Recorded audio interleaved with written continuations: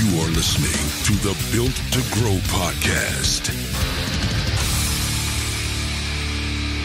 All right. Welcome back to the Built to Grow podcast. I'm your host, Tim Lyons, in a sweltering 127 degrees outside, joined as always by Randy Ankson. What's up, man? Dude, the temperature? I think it said like 114, but when they give you like the real feel, real feel 122. This is a very warm week. It's warm for us. Like, when you live in Arizona, you kind of get used to some of it. But when you have a week like this, where it's straight, it doesn't get below 110, and there's no breeze. There's not like I would take a breeze to feel like I was in a blow dryer versus sitting here just stagnant hot, like heat. a sauna. It is. It's just a dry insane. sauna. Yeah, nasty. So if you're in other parts of the world, that's what we're doing.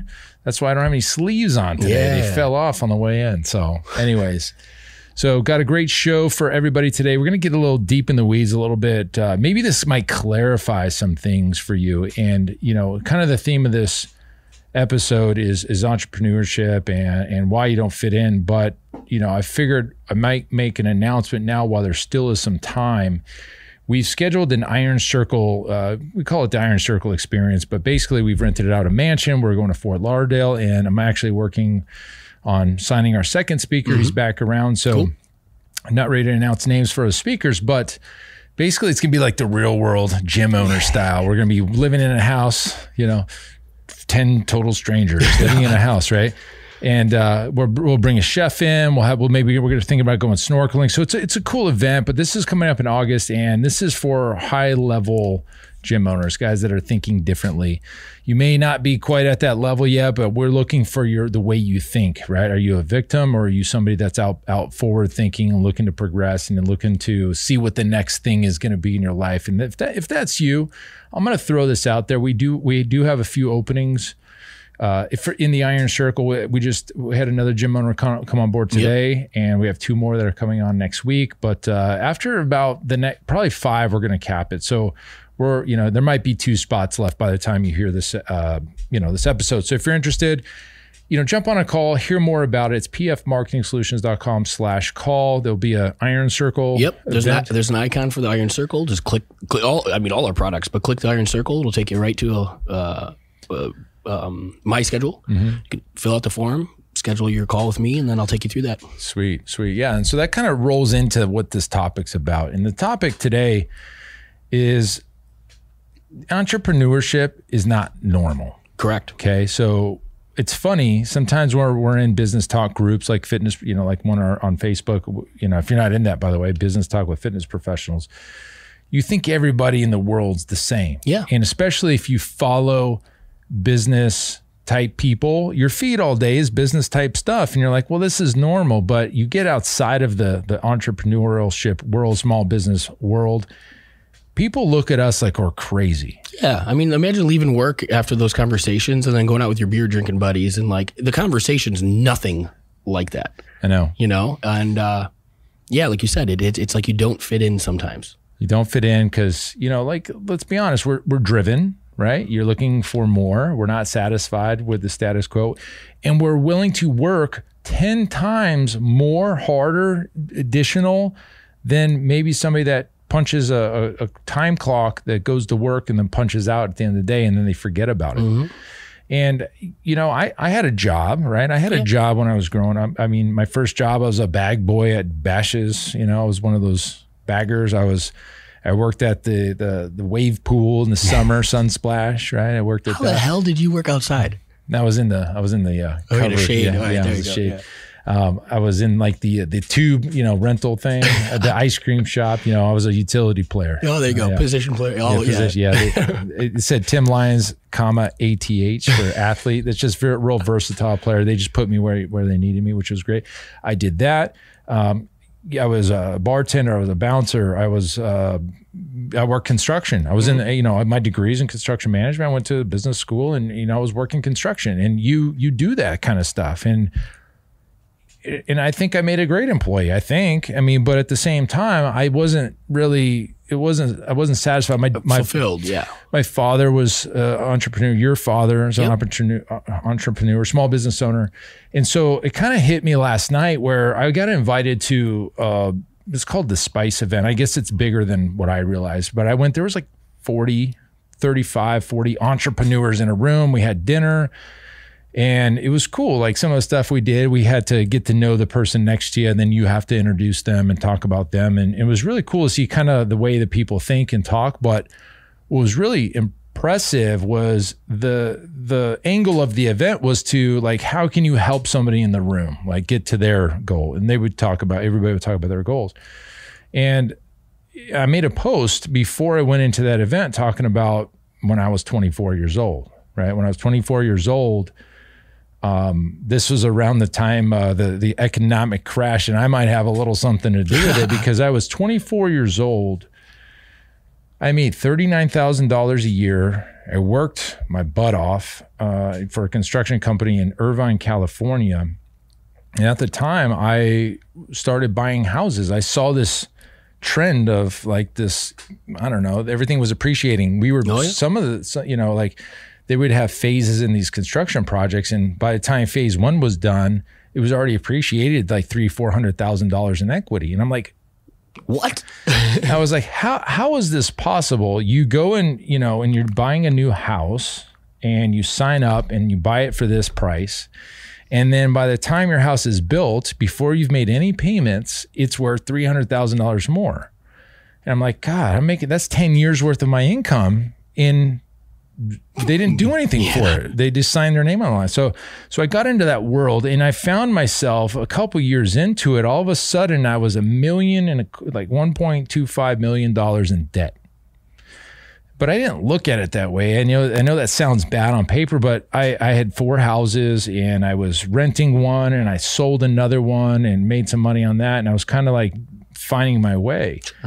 But when I posted it, I made sure that people understood, like, you can be an entrepreneur, even if it's outside of, because I was working a regular job. I was doing that on the side and I didn't have any money. I was doing that and I took risks and I put, you know, for lack of a better term, I threw the balls on the table. If they were getting on the chopping block, it was either I was going to win or lose. And I was young enough to where I was like, I'm going to take the risk anyway. What happens if I lose? I just start over. I mean, I have nothing anyway. So what's the difference? But at the end of the day, I'm reading that post. I'm like, that ain't normal. Yeah, it's not. That's 24-year-olds aren't doing that. Well, They're I mean, not doing that.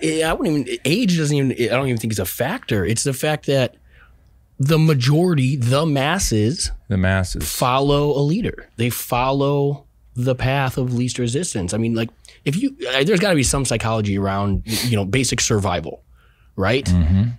It doesn't make any sense for us to go do something harder, hoping for a greater result. Taking that additional risk is against everything that nature instills upon us. And so the thought of, I'm going to go against the grain, I'm going to go upstream and work harder and do it and take the risk for myself because on the other side is a greater reward. Most people aren't willing to take that. No. And I truly think that it is a psychology thing. Mm-hmm. You know, there is something about us that just, I've always joked. I mean, I know technically, yes, I am an employee here, but I'm intellectually unemployable. Like, I mean, if you hovered over me like a traditional boss, I'd be shaking. You know what I mean? Exactly. But, and that was at a young age myself. I mean, by the time I was 21, I didn't have a boss, you know? Okay. And so it was the same thing. I mean, my father was a general contractor. He taught me similar ideals, but at the same time, I mean, he told me not to go get into that industry because of the physical side of it, right? Okay. He's like, your mind can sustain your mind a heck of a lot longer than your body. So that was where his head was at. Exactly. Yeah, it makes sense. So, but still in the entrepreneurial realm, right? Like, you know, absolutely, there's way more opportunity. And for us, it's freedom, right? It's that risk reward, financial freedom, time freedom, the ability to, you know, take care of your family, your friends, but do more than your average.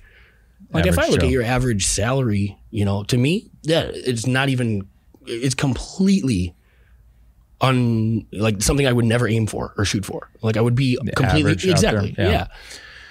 But the reason we're talking about this is because one of our coaching clients, Bo, made a comment on there. He's like, Tim, like, wasn't your father an entrepreneur, and didn't that have something to do with the way you kind of went down this path? And so I didn't even read it until like this morning. And somebody else chimed in and was like, look, man, you're not normal. Know that. People around you are going to be like, dude, why would you do that? Why are you taking the risk? Just do this. You're safe. Take that salary. Take the stability. Take the 401k. Take the insurance. Take the thing. But you have to make a decision. And everybody that's listened to this, I would assume, are small business owners in some aspect. But maybe you're a trainer. Maybe you're not even in the fitness industry and you're listening to this and you're thinking about what you want to do. You have to know going in that you're going upstream. Yeah. Against the grain. Against the force of average. Our friend Ryan Stewman has this whole concept about the force of average and how the world is created for you to be average, not to excel, because it's comfortable at average. It's comfortable. Comfort leads to complacency. I absolutely, when our coaching clients hear that from me day one, right? If you're comfortable, you're doing something wrong. We're going to change that. Yeah. Got to be scared. You get fear. I mean, the fear means you're doing something more than, like when you live without that fear, there's no reward, it's just not as comfy. Yeah.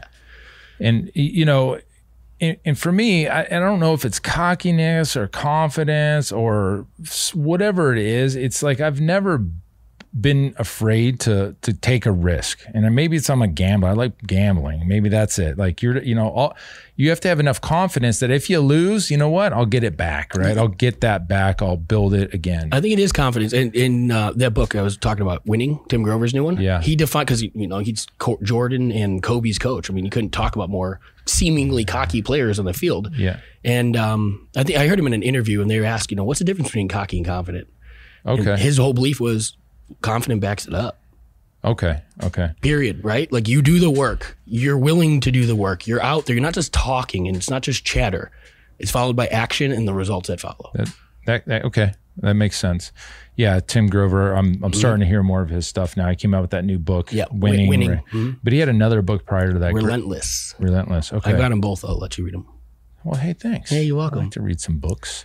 You were mentioning it before we got on the podcast, though, and I think it would be a good analogy, the diet side of things. Great point. Yes.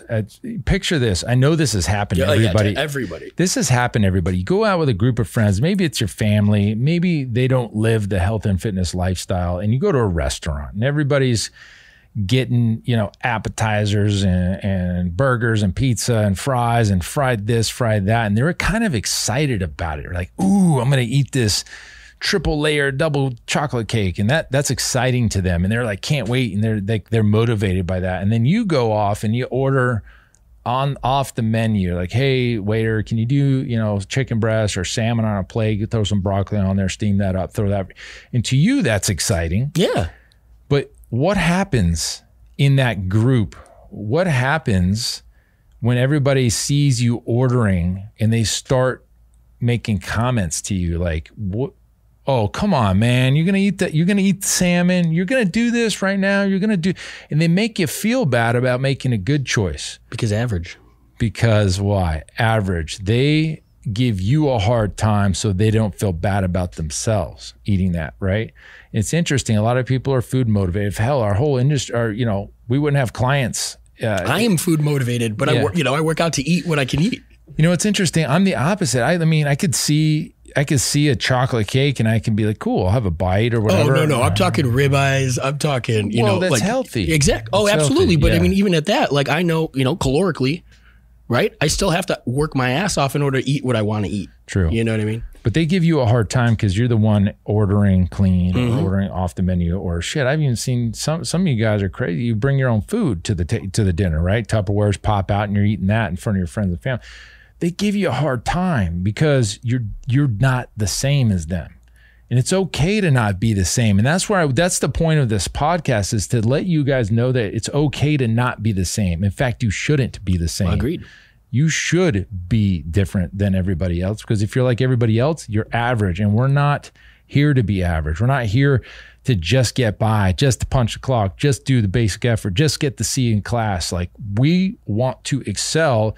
And if we don't excel, we're not fulfilled. Yeah, that's exactly it. That's how we're wired, and that's okay. And that should be okay. And you should embrace that. You should be, yeah, that's right. That's what I'm doing, and be confident in that's what you're doing. You know, like we're check off a list type of people. You know what I mean? Like, we need to see those results happen. We don't write that list, get halfway through in a day and be like, oh man, that was a good day. No, we're like pissed off. We're working extra late. We're doing whatever it takes to get as many of those things knocked off as time permits possible, right? Mm-hmm. And the next day, back picking up. Yeah. And I want to take it one step further though, because not only understand, guys, if that is your group or the people around you, you have the ability to self-select who's going to be around. That's damn right. And it's hard as hell. And I'll be the first to admit it. I mean, I've done it with my friends. I've done it with my family at times. We all have energy suckers, or we have those people that are just in your ear nagging because you're not in alignment with their beliefs or their thoughts, or, the average that they want you to maintain. You need to protect your time, your energy, your goals, your results. If you need to push away or not spend as much time with certain people, that's okay for you. It's not a bad thing. To take it even one step further, source out the people that have the results you're looking for, that are doing the things that you're doing. There's a group up, and there's not a group, but there's a couple business owners up in my area that we continually talk about business, work. One's a landscape designer, a couple of move agriculture, like or land, right? Like we talk about business. These are friends of mine that I literally could sit down and have a drink with, but the conversation is different. It is different, and I love that, right? Like, we source out those types of conversations and those types of people. That again, it plays to your benefit. So, we talk about it all the time. Build your tribe. That's business, your entrepreneurial tribe. Those are the people that you should have around you. Those are the people that you should have the most conversations with. Not the frivolous, not the tire kickers, not those that are dragging you back, because you are going to end up, the other law of averages says you're going to be the average of the 5 people you spend the most time with. If you stopped right now and you said, okay, these are the 5 people I spend the most time with, take the average of relationships, your finances, your happiness across every one of the pillars of life. You're right there in the middle of it. It works 99% of the time. Yeah. Yeah. You have that choice. And if you don't like those results, change them. And if you're the top of that mountain, of that group of friends, it's only because you're self-motivated, but you could be much further. Yeah. Like, if you're in the top of that group, you could, if you think about that, they're bringing you back down. Yeah, it's absolutely. like the crabs in the bucket. Yeah. In the bucket. Yeah. No, it's interesting. And now, hopefully this isn't news to anybody. Hopefully it just makes you more aware of what's happening around you. And so, you don't have to cut people off 100%. No. I'll give you a great example. I just had lunch last Saturday with some old friends, like old from high school. And we went to lunch, and it was awesome conversation. And then I went on with my day, and they went on with their day. And we're still friends, and we're still chatting all the time on the text message and stuff, but I'm not hanging around. One guy doesn't work. Another guy's, they just do jobs. They have their employees or whatever. Yeah. 2 of them do really, really well, but they're not business owners either. They're just, wealthy from investments and things like that. That's not the point. It's the drive that I'm looking for. It's the seeking out problems to solve, seeking out the solutions to your problems, looking to advance. What's the next move? How can I advance? What's the next business opportunity? And I take it all the way back to that first story when I was 24 years old. I saw the opportunity to go buy homes, flip, do all this stuff.